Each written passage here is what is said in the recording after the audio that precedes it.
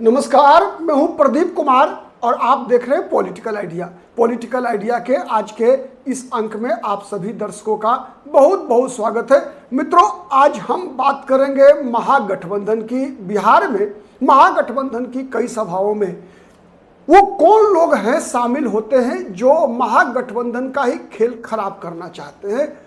आज हम इस सवाल का जवाब इस वीडियो में ढूंढने का प्रयास करेंगे कि वो कौन सी ताकतें हैं जो आती तो है आरजेडी की सभाओं में, आती है कांग्रेस की सभाओं में और नुकसान आरजेडी और कांग्रेस का ही करके जाती है। आपको पता है, विगत पिछले महीने ही जब वोटर अधिकार यात्रा चल रहा था और वोटर अधिकार यात्रा अपने अंतिम दौर में था, मतलब 1 सितंबर को वो यात्रा खत्म होने वाली थी। ठीक 4 दिन पहले 27 अगस्त को दरभंगा में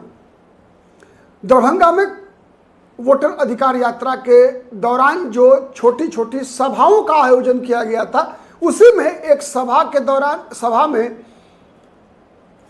कौन थे? कांग्रेस के नेता तो नहीं थे, न कांग्रेस के कार्यकर्ता थे, लेकिन मंच कांग्रेस का था। और उस मंच पर आकर किसी अब्दुल रिजवी ने जिस प्रकार से प्रधानमंत्री के मां को गाली दी, फिर 20 सितंबर तेजस्वी यादव का बिहार अधिकार यात्रा जब अपने समाप्ति पर था, अंतिम चरण में था, वहीं वैशाली की धरती पर महुआ, जहां से तेज प्रताप यादव चुनाव लड़ना चाहते हैं, वहीं पर तेजस्वी यादव की सभा चल रही थी। और उस सभा में तेजस्वी यादव जिंदाबाद, वोट चोर, गद्दी छोर, ये सब नारे लग रहे थे। साथ ही फिर से वही दोहराना, प्रधानमंत्री के बारे में, प्रधानमंत्री की मां के बारे में, मां के संबंध में अपशब्दों का इस्तेमाल करना। आप याद कीजिए, पिछला लोकसभा चुनाव 2024 जमुई की एक सभा में तेजस्वी यादव की सभा थी और उस सभा में चिराग पासवान के बारे में इसी प्रकार की गाली दी गई थी। एकदम ट्रेंड देखिए, दरभंगा राहुल गांधी की सभा में प्रधानमंत्री के मां को लगाकर गाली देना, तेज प्रताप तेजस्वी यादव की सभा में महुआ में सेम वही गाली, और वही गाली पिछले लोकसभा चुनाव के दौरान तेजस्वी यादव की सभा में चिराग पासवान की मां के लिए गाली। क्या मतलब है इसका? क्या इकोसिस्टम है इसका? तो सबसे पहले तो मैं आप सभी दर्शकों से यह सवाल करता हूं कि ये हैं कौन लोग हैं कि जो महागठबंधन के कार्यक्रम में आते हैं, महागठबंधन के मंच पर चढ़ जाते हैं और फिर महागठबंधन का ही खेल खराब करते हैं। अब ये बात कोई मत कहिएगा कि ये सब वीडियो एडिटेड है या ये है वो है, साजिश है, ये सब बातें राजनीतिक दलों के लिए छोड़ दीजिए। वो राजनीतिक दल के प्रवक्ता आरोप प्रत्यारोप करते हैं। हम ये जानने का प्रयास करते हैं सामाजिक जीवन और राजनीतिक जीवन में जो ऐसे लोग हैं। तो पहला सवाल है कि ये कौन लोग हैं, और दूसरा आपसे एक और सवाल है कि बताइए कि इससे कितना खेल खराब हो रहा है।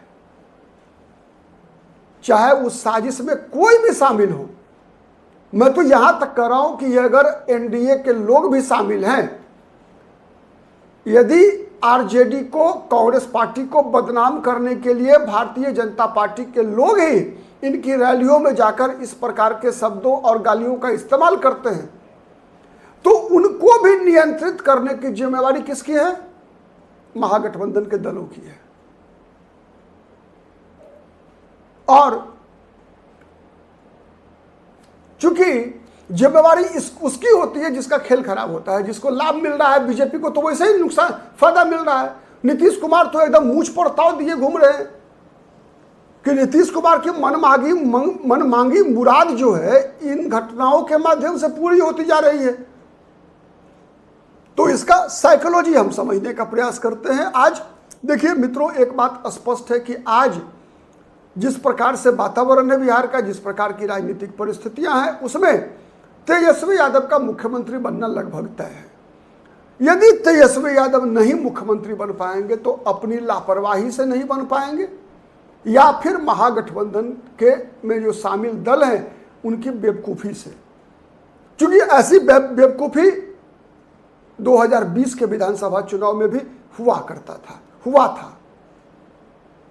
आपको याद होगा तो पहले चरण का चुनाव 2020 का विधानसभा चुनाव याद होगा, जब लगा कि एकदम तेजस्वी यादव के पक्ष में लहर चल रही है, लहर थी 2020 के विधानसभा चुनाव में तेजस्वी यादव के पक्ष में लहर थी। और परिणाम निकाल कर देख लीजिए आप, चुनाव परिणाम पहले चरण में जितने विधानसभा क्षेत्रों में चुनाव हुए उसका परिणाम निकाल कर देख लीजिए, आपको एकदम स्पष्ट दिखेगा कि बड़े मार्जिन से, किसी भी सीट पर मार्जिन कम नहीं था, बड़ी मार्जिन थी। और बड़े बड़े मार्जिन से महागठबंधन के उम्मीदवारों ने एनडीए के उम्मीदवारों को धूल चटाया। लेकिन यही जो लहर था तेजस्वी यादव के पक्ष में, वही लहर तेजस्वी यादव के लिए कहीं ना कहीं काल बन गया। कई कारण गिनाए जाते हैं आरजेडी की तरफ से, कई कारण बताए जाते हैं कांग्रेस पार्टी की तरफ से, कई कारण बताए जाते हैं बीजेपी और जनता दल यूनाइटेड की तरफ से पिछले वर्ष के चुनाव परिणाम के लिए। लेकिन मैं एक सवाल आपके पास भी छोड़ रहा हूं और उसका जवाब ढूंढने का प्रयास करता हूं कि ये बताइए कि जब तेजस्वी यादव के पक्ष में लहर दिखा तो क्या तेजस्वी यादव के समर्थकों ने ही तेजस्वी यादव की हार की पटकथा नहीं लिखी थी? आप याद कीजिए वो दिन जब चुनाव प्रचार दूसरे चरण का शुरुआत हुई, एनडीए बैकफुट पर था, एनडीए का हौसला पस्त था, तेजस्वी यादव के समर्थकों ने ही तेजस्वी यादव को हरवा दिया। उसका एक उदाहरण मैं केवल याद दिलाऊं आपको, और ये चीजें आपको बिहार के हर जिले में दिखेगा। कैसे? तेजस्वी यादव के समर्थक हरा गमछा बांधकर माथा में मुरट्ठा बांधते हैं और माथा में मुरट्ठा बांधकर तेज हॉर्न देते हुए बाइक पर, एक बाइक पर 3-3, 4-4 लोगों को बैठाते हुए तेजस्वी भैया जिंदाबाद बोलते समय ऐसे व्यवहार करते हैं जैसे वो कहीं हमला करने जा रहे हों। सच है या गलत है बताइएगा? जो आरजेडी के समर्थक हैं, आरजेडी के समर्थक जो हैं वो ऐसा करते हैं या नहीं करते हैं, आप बताइएगा। यदि वो करते हैं और उनके उन्माद में कर रहा हूं, उत्तेजना का साइड इफेक्ट क्या होता है? और ये उत्तेजना उन्माद फैलाना सीखते कहां से हैं? तो सीखते हैं तेजस्वी यादव से, सीखते हैं आरजेडी के बड़े नेताओं से, सीखते हैं महागठबंधन के कर्ता धर्ताओं से। जब महागठबंधन के कर्ता धर्ता मतलब एक लगता है जैसे कि आक्रमण करने जा रहे हैं नरेंद्र मोदी पर, नीतीश कुमार पर, ऐसे सभी लोगों पर, ठीक है, अपशब्दों का इस्तेमाल।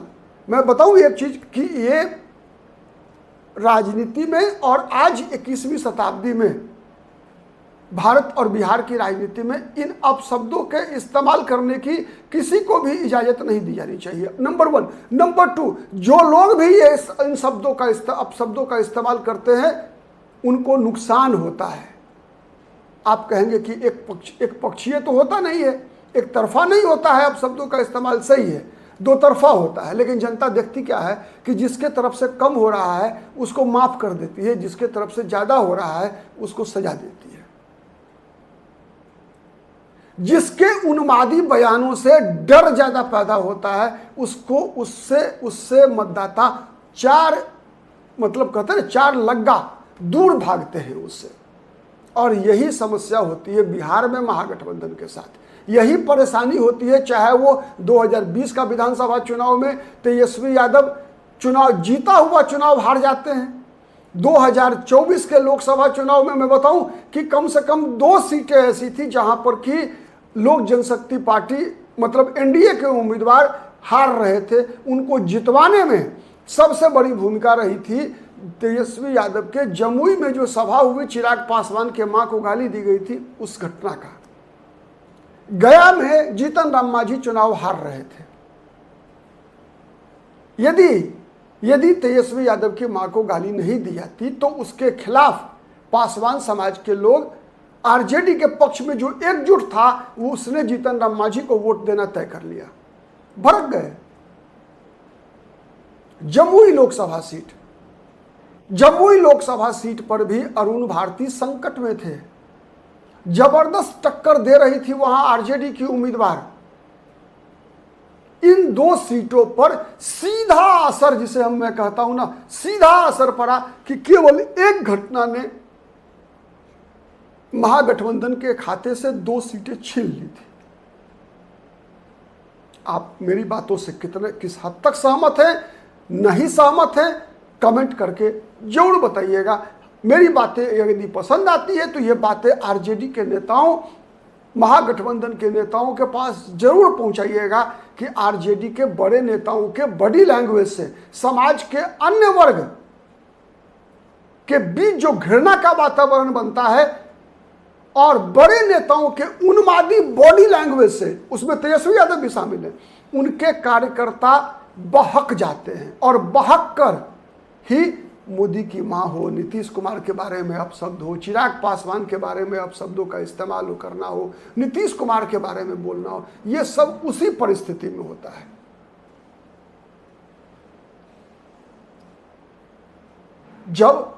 जब हम एक किसी व्यक्ति को, कहा जाता है ना कि किसी व्यक्ति का जब हम मनोबल बढ़ा देते हैं गलत काम में, तो फिर वो हमारे बस से, हमारे कंट्रोल से बाहर चला जाता है, अनियंत्रित हो जाता है। कहावत है ना कि माचिस मारना हमारे हाथ में है।